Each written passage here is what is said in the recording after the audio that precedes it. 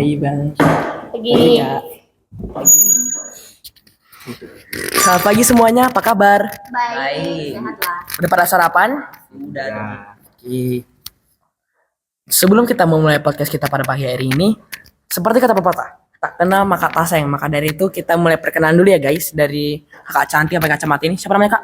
Nama saya Jovania dari Sisi Tanggang. Kalau ini namanya siapa? Sombing pak. Kalau ini namanya siapa? Baris Gunawan.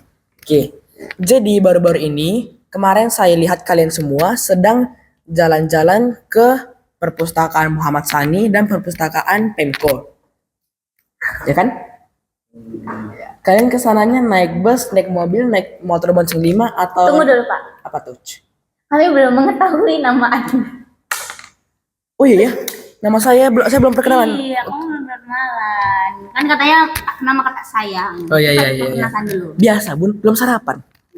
Oke, perkenalkan nama saya Delana Immanuel dan saya sebagai host di sini. Oke, kita kembali ke pertanyaan tadi ya. Iya. Jadi kemarin kalian naik apa ke sana? Naik bus, naik mobil, naik motor bonceng 5 atau naik pintunya Doraemon kemana saja? Naik bus lah. Yap, naik bus. Naik bus lah. Iya. Oke, kalau kalian berdua naik busnya itu duduk di bagian depan atau di smoking area? Di barisan depan. Enggak ada di sebelah area. Kamu duduknya di smoking area kan? Yes. Kamu lihat ya? Yes, ada di IG. Iya, di belakang karena nggak dapat duduk. Pasti ngerokok karena sampai sekarang bau rokoknya masih ada. Mau Oke, kita langsung mulai saja lah ya. Jadi aku mau bertanya dulu sama abang ini, Abed ya kan? Iya, ada.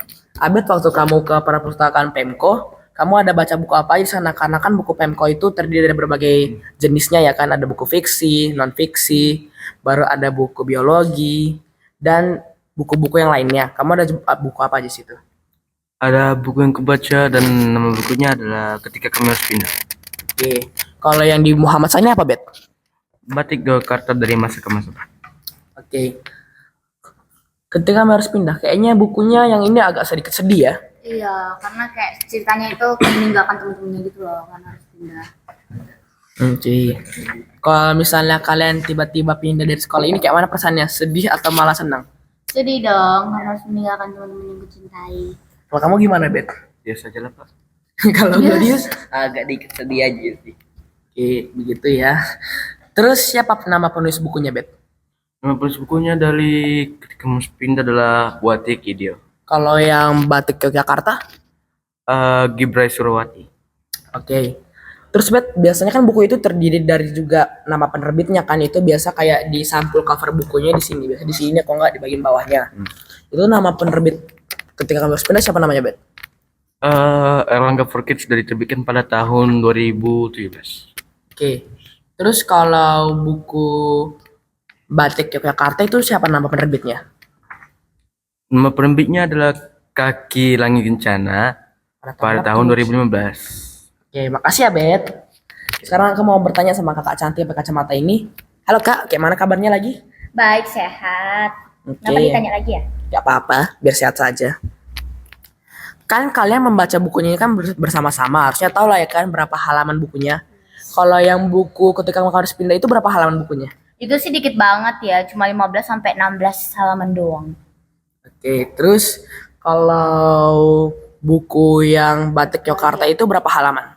Itu tebel banget, kalau nggak salah 200 ke atas gitulah halamannya. Kalau nggak salah ya, 200 ke atas. Duh, capek banget sih itu bacanya ya. Iya sih. Kalau aku baca buku 5 halaman aja udah langsung malas bacanya loh. Iya adalah. Oke, lanjut. Terus kenapa kalian lebih memilih kedua buku ini? Kenapa nggak buku lain aja? Karena covernya bagus dan menarik perhatian kami. Jadi kayak, ini bukunya bagus banget, jadi pengen baca deh. Oke, seperti itu ya. Iya. Terus Glorious, kamu tau nggak inti cerita dari buku Ketika Kamu Harus Pindah? Ya singkat cerita aja ya. Singkat ceritanya ya si gajah itu ya mau pergi keluar kota, mau pindah rumah kan, sedih, tapi kan ketemu teman baru kan jadinya nggak sedih lagi karena juga harus bisa traveling gitu. Oke, seperti itu. Kurang lebih lah. Kalau yang buku Batik Yogyakarta itu berapa halaman? Hah? Apa lagi? Bukan buku halaman, Deng. Maksudnya kalau buku Yogyakarta itu isinya apa? Isinya itu hanya tentang batik-batik aja di Yogyakarta. Pokoknya itu kayak mengenal macam-macam batik yang ada di Ya banyak Yogyakarta batik lah. gitu lah. Mm-mm. Oke. Terus bentuk fisik dari buku ketika kamu pindah ini kayak mana? Ya bentuk fisiknya itu masih rapi sama masih bagus, gak ada noda gitu kan. Tapi yang non fix itu masih bagus juga tuh, rapi ya sama bagus lah ini. Terus apa sih bentuk bukunya itu dari buku kamu harus pindah? Bentuknya itu ya covernya itu masih bagus kan, jadinya terlihat Tidak ada menarik, robek-robek. warna-warni, jadinya menarik kami itu. Kalau yang non fix sih masih bagus sama terlihat rapi gitu, covernya bagus aja, ada warna-warni. Oke. Kalau menurut kalian kalau misalnya bukunya sudah robek-robek sama sudah berdebu dan usang, kalian mau baca nggak atau Wah, hanya males sih, karena udah robek-robek, halamannya pasti lepas-lepas dong, gak enak. Oh, tangan. gitu ya. Terus Glorious, kalau menurutmu waktu kamu membaca kedua buku ini dapat menambah ilmumu atau tidak? Ya dapat sih, dapat nambah ilmu supaya nggak sedih-sedih lagi kalau pindah rumah. Kalau pindah rumah dong, Pindah rumah. asal tidak pindah dunia aja ya, jadi pindah Oh ke my Mars. God. Pindah kemana ya? Itu lebih sedih lagi, nggak tahu nanti kita makan KFC, makan air minum. Bukan yang minum deh kok, makan air minum. Oke, gitu. Terus Giovanni, waktu kamu membaca buku fiksi ini, mudah dipahami nggak bahasanya? Atau kamu harus mempersiapkan kamus? Ya. Enggak sih, menurut saya sih sangat mudah dipahami. Iya kan, sangat mudah kan ya? Tadi Iya. kemarin kita baca, 6 tahun ke atas. iya itu 6 tahun ke atas, gampang banget untuk dipahami. Fun fact. Aku ada fun fact. Dulu itu kan aku masih umur 4 tahun kan. 4 tahun, masih muda dong. Iya, saya masih anak kecil, masih TK di situ. Heeh. Jadi saya itu dipaksa sama mak saya untuk belajar membaca. Tapi yang awalnya covernya lucu dan menyenangkan jadi malah petaka bagi saya karena Kenapa? diulti terus karena salah-salah bacanya. Ya ampun, itulah gunanya kamu harus belajar ya. Misalnya kayak gini, membaca aku bilang jadi membucu. Ya. Mau minum. Kok beda ya? Iya, terus melihat jadi melohat. Beda banget itu. Lihat melihat. Terus kalau menurut Glorious, apa aja kelebihan dan kekurangan dari kedua buku ini? Mau yang fix itu kelebihannya itu ya bisa menyiapkan mental kita kalau pindah rumah. Sama kalau kekurangannya itu ya tipis Iya. sekali, jadinya dikit dibaca sama fokusnya satu toko. Kalau yang non fix itu ya adanya kelebihannya itu bisa mengenal banyak batik gitu kan. Yang pertama gitu yang di Yogyakarta. Kalau kekurangan yang nggak ada sih ya, aku menarik aja. Gitu ya. Oke, gitu ya.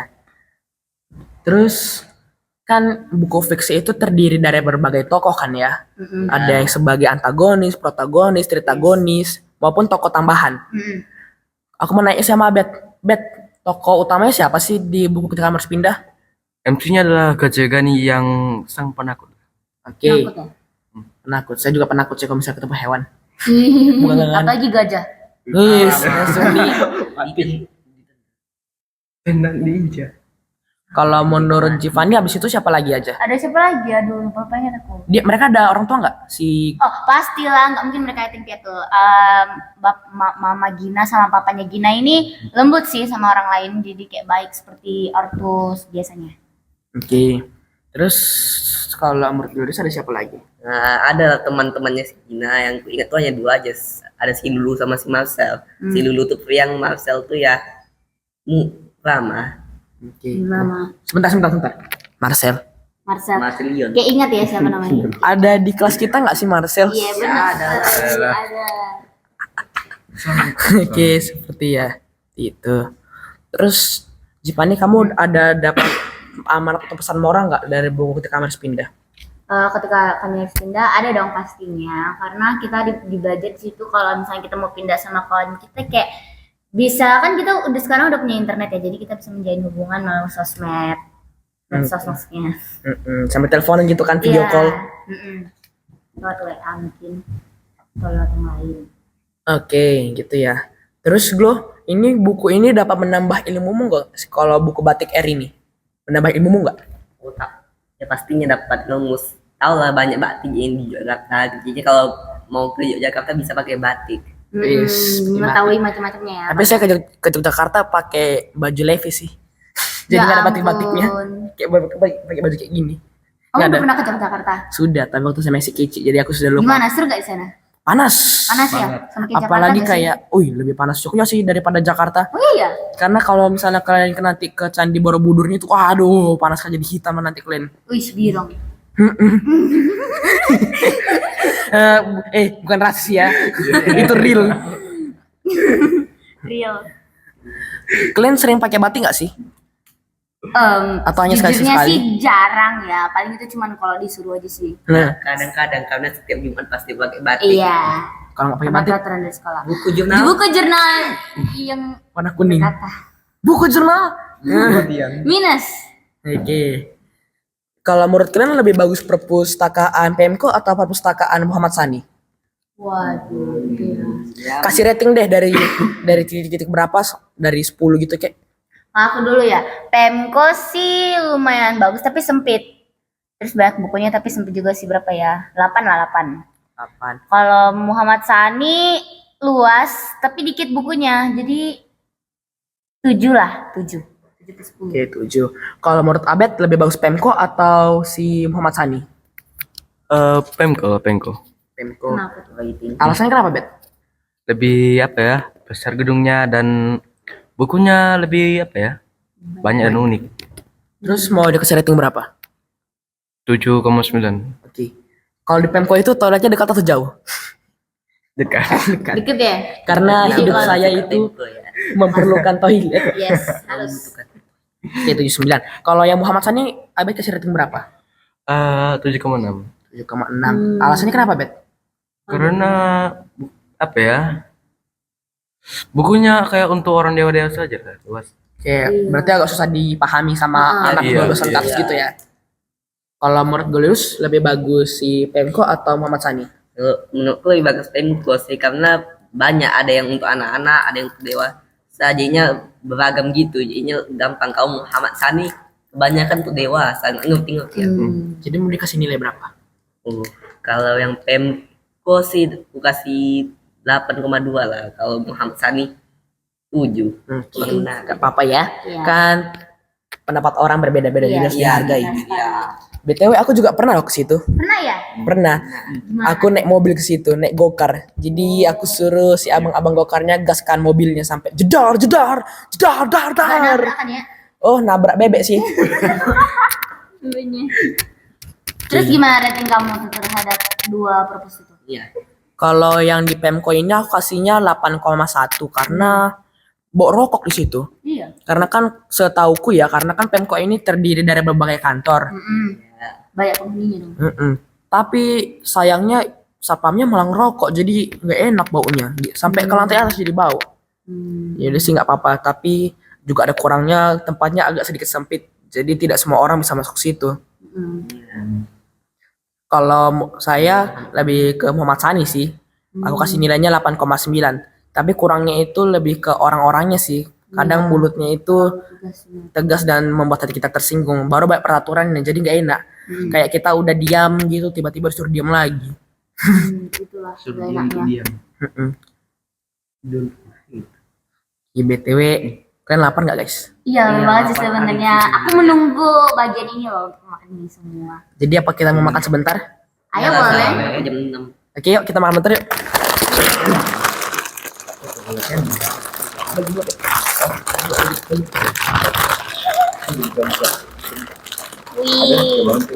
Wih. Kita tuh ya guys. How do I open that? How do I open that? Not from that side, but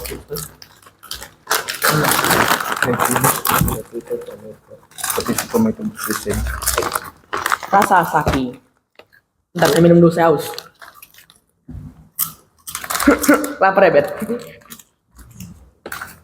Bentar saya minum dulu ya guys. Hostnya haus.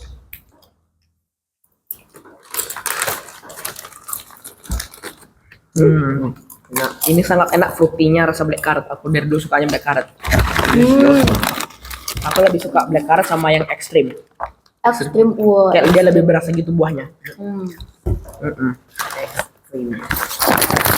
Dan podcast ini disponsori oleh Citato dan Fruity Dan French fries. Thank you guys. Bye bye. makasih udah menonton. Jangan lupa like, subscribe, dan share.